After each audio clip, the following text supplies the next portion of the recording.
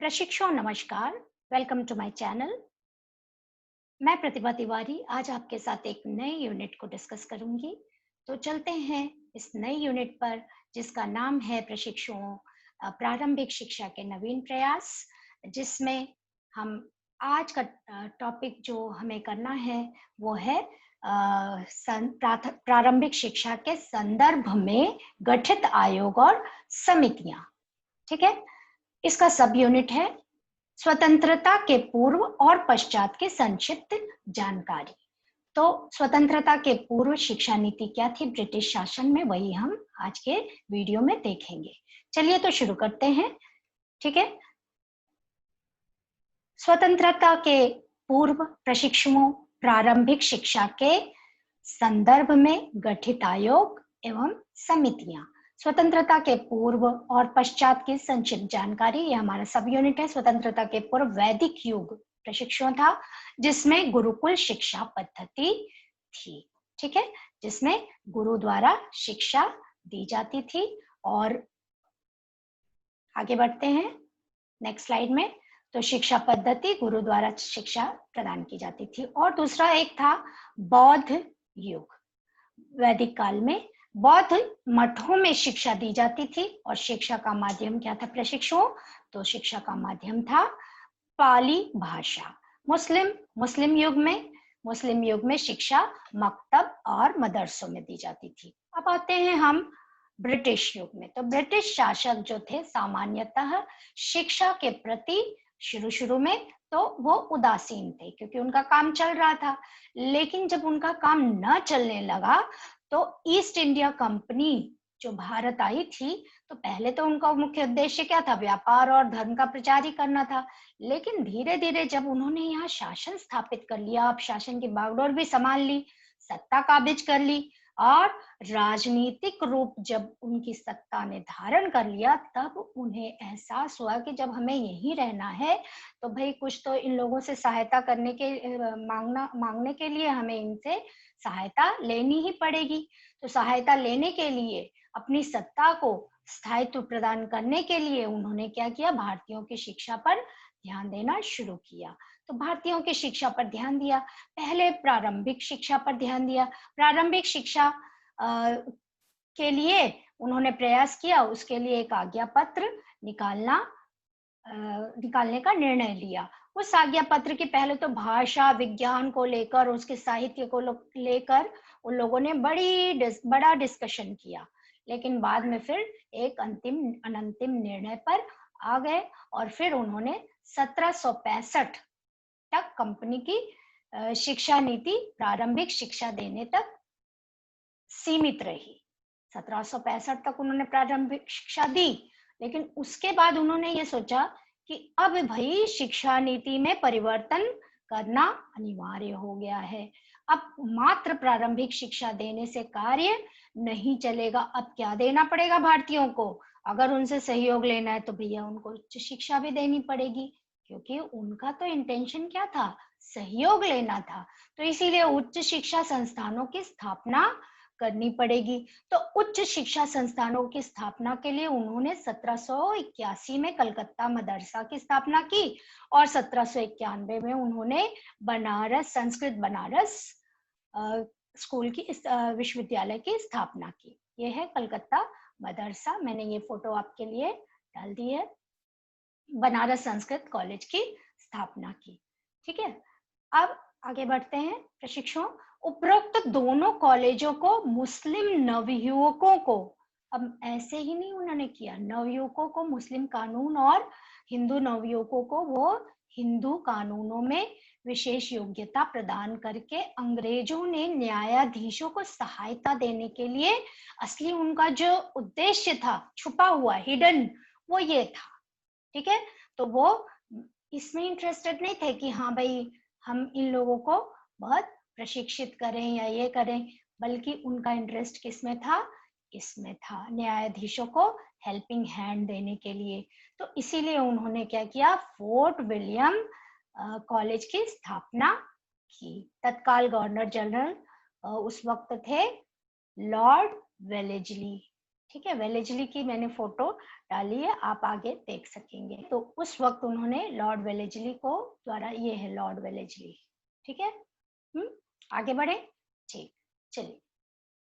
Fort William college ये है, देखिए पहले फोर्ट विलियम कॉलेज कैसा था, और उसके बाद स्वतंत्रता के पूर्व और स्वतंत्रता के पश्चात देखिए उसके किस तरह से है आप, तो उसकी हालात में कितने सुधार हुए हैं।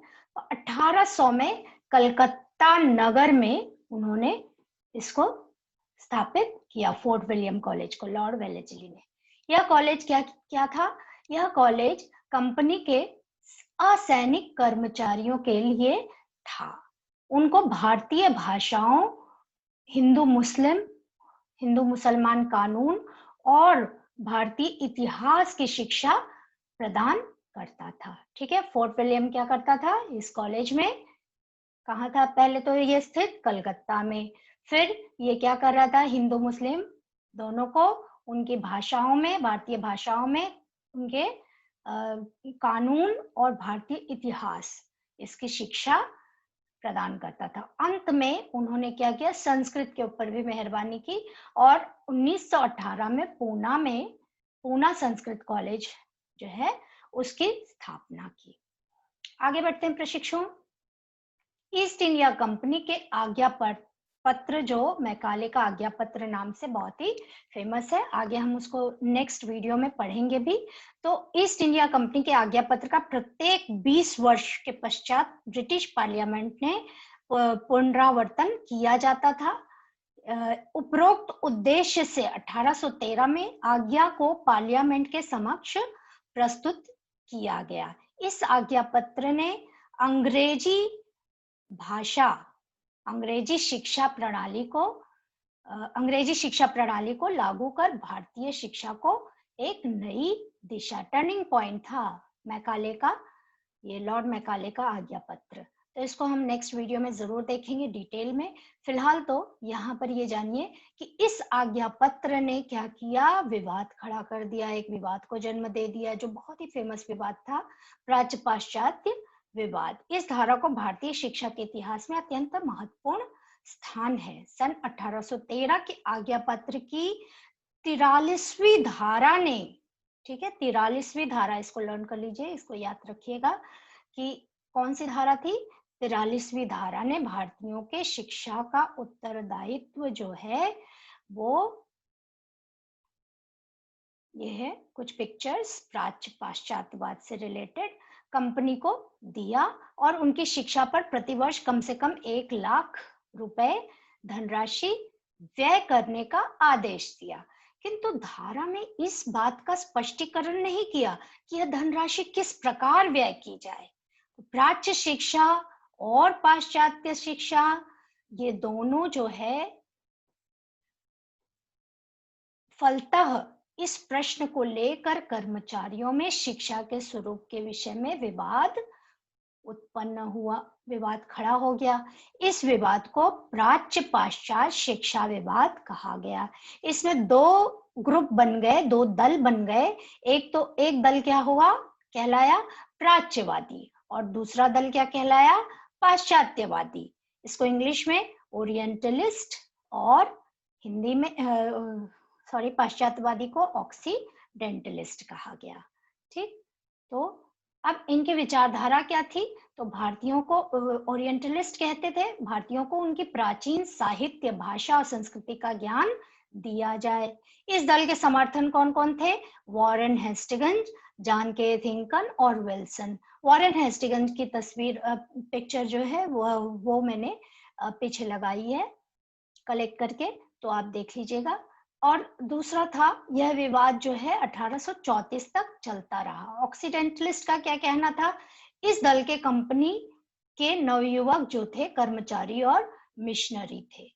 इन्होंने प्राच्यवादी नीति का जमकर विरोध किया। इन्होंने कहा कि प्राचीन साहित्य और भाषा और संस्कृति के अनुसार शिक्षा ना दी जाए।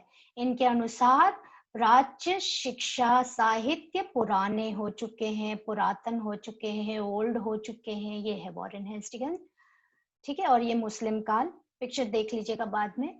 पाश्चात्यवादियों के अनुसार भारतीयों की अंग्रेजी माध्यम से, उनके अनुसार अंग्रेजी माध्यम से आप शिक्षा दीजिए, पाश्चात्य ज्ञान और विज्ञान से अवगत कराया जाए।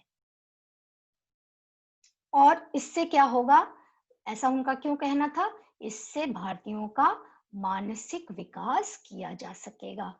तो वास्तव में हमें लग रहा है कि देखिए, आप लोग सोच रहे होंगे कि अरे वाह, कितना अच्छा सोच रहे हैं। ये तो इन्होंने देखिए अंग्रेजी भाषा की शिक्षा का समर्थन किया है और ये हमारे लिए कितना अच्छा सोच रहे हैं, हमें मॉडर्न बनाना चाहते हैं। लेकिन ऐसा वास्तव में उन्होंने भारतीयों में यूरोपीय ज्ञान और विज्ञान के प्रसार को किसी निस्वार्थ भावना से नहीं, वरन निजी हित की भावना से प्रेरित होकर किया। क्यों? क्योंकि उन्हें अपने व्यापारिक और प्रशासकीय कार्यालयों के लिए अंग्रेजी शिक्षित बाबू वर्ग की आवश्यकता थी। समझ गए? तो 1834 तक ये विवाद ऐसे ही चलता रहा और अंत में 1835 में लोक शिक्षा समिति के मंत्री ने दोनों दलों के विचारों को क्या किया, मंथन किया, एनालिसिस किया और तत्कालीन गवर्नर जनरल के सामने लॉर्ड विलियम बेंटिक उस वक्त थे, ये देखिए तस्वीर उनकी, के सम्मुख निर्णय के लिए प्रस्तुत किया। तो ये था प्राच्य पाश्चात्य विवाद। अब इसी के साथ इस वीडियो को मैं खत्म करती हूँ। आप लोग जरूर इसको समझिए, देखिए पिक्चर्स सारे समझकर और इस टॉपिक को अच्छे से समझ लीजिए। ठीक है, थैंक यू सो मच। अगले वीडियो में लॉर्ड मैकाले को हम डिस्कस करेंगे, उनके आज्ञा पत्र को डिटेल में जानेंगे। तब तक मेरा वीडियो लाइक, शेयर और सब्सक्राइब करते रहिए। Thank you so much.